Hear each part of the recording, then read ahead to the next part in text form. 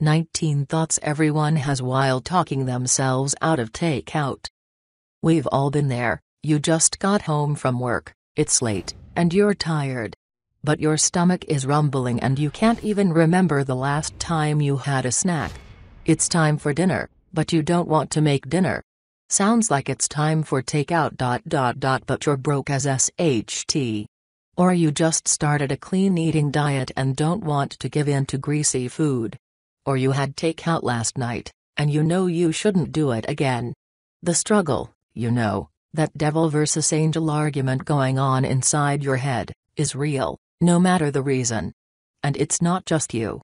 Here, 19 thoughts everyone has while trying to talk themselves out of ordering in. Okay, my stomach is eating itself. But WTF am I going to make? Easy. You should get takeout. No. Supremely bad idea. Takeout will bring me nothing but bloating and regret. And happiness. Don't forget about the happiness. Plus, it'll get food in your stomach so much faster than slaving away in the kitchen. And dishes, don't forget dishes. Get real. By the time I pull up the menu on my phone, decide what to want, order, and then wait for the delivery guy to show up, I could have made dinner, eaten dinner, and washed those damn dishes. It just takes a little more work. You can do this. But takeout is so sexy. And warm. And comforting. Stop this right now. I am a strong, independent person. My decisions are not to be swayed by enthusiastic Yelp reviews.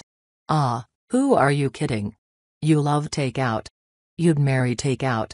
You'd have takeout's tiny, message-filled babies. Just no.